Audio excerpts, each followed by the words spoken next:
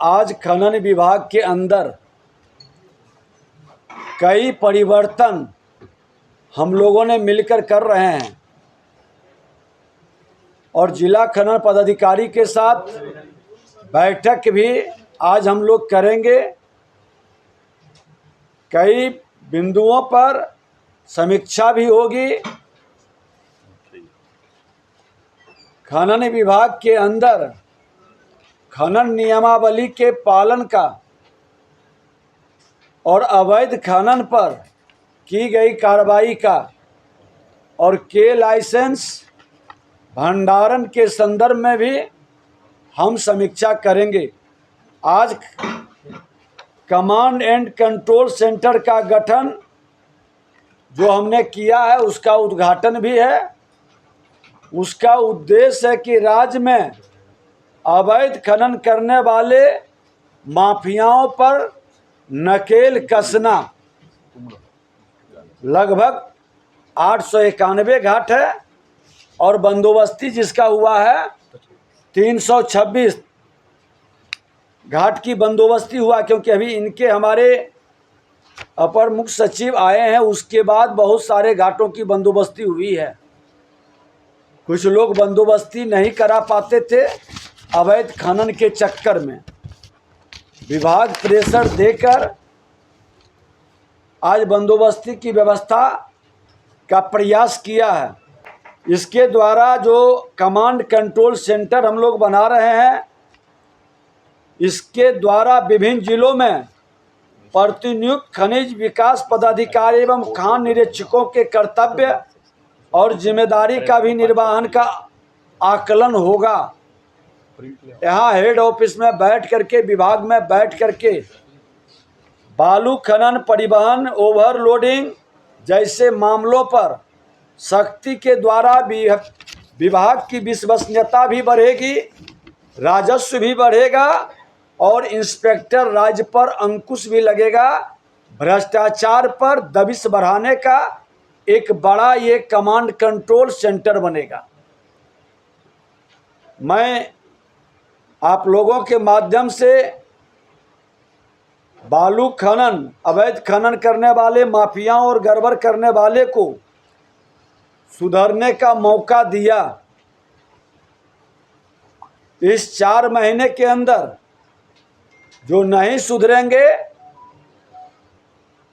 वो इस विभाग से बाहर भी जाएंगे और कार्रवाई भी होगी।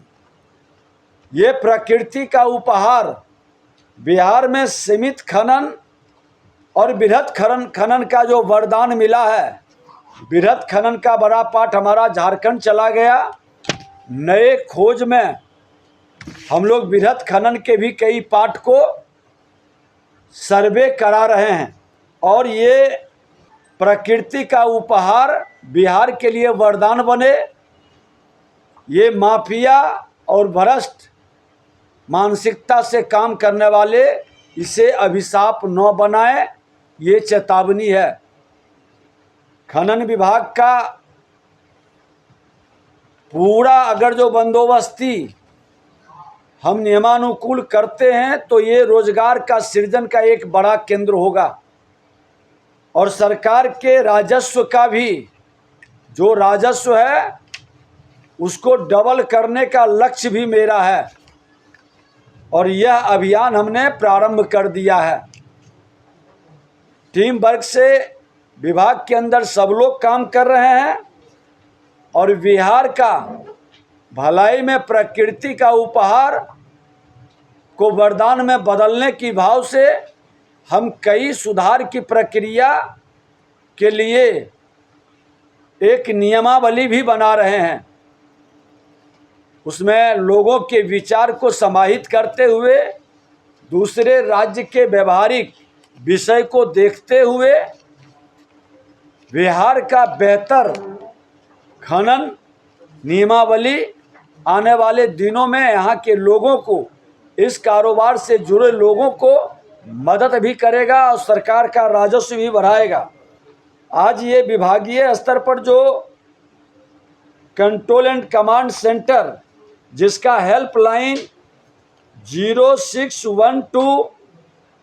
221530 है, 0612221530 है। ये 7 दिन 24 घंटा 24x7 ये कार्यरत है और पूरी मॉनिटरिंग की जा रही है। हर घाट पर सीसीटीवी कैमरा लगा हुआ है, वो पूरी उससे देखभाल मॉनिटरिंग हो रही है।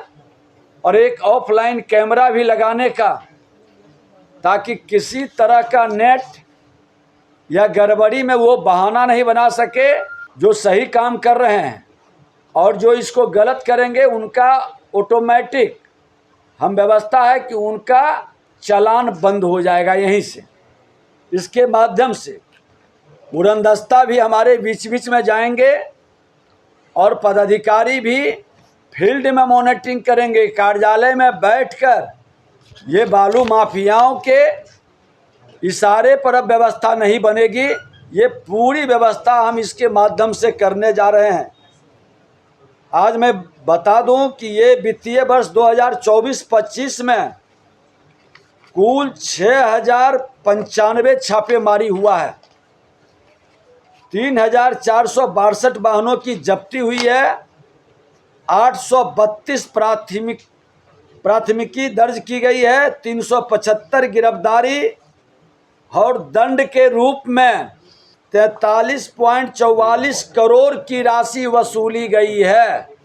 वर्तमान वित्तीय वर्ष 2024-25 में 6095 छापेमारी, 3462 वाहनों की जब्ती, 832 प्राथमिकी, 375 गिरफ्तारी और दंड के रूप में 43.44 करोड़ की राशि वसूली गई है।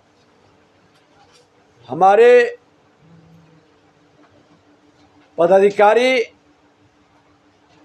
और अपर मुख्य सचिव भी काफ़ी इसमें पूरी तन्मयता से लग करके सर्जिकल स्ट्राइक भी हुआ है, जिसमें 46 गाड़ी पकड़ाया था, 40 अवैध था, करोड़ रुपया से ऊपर की वसूली।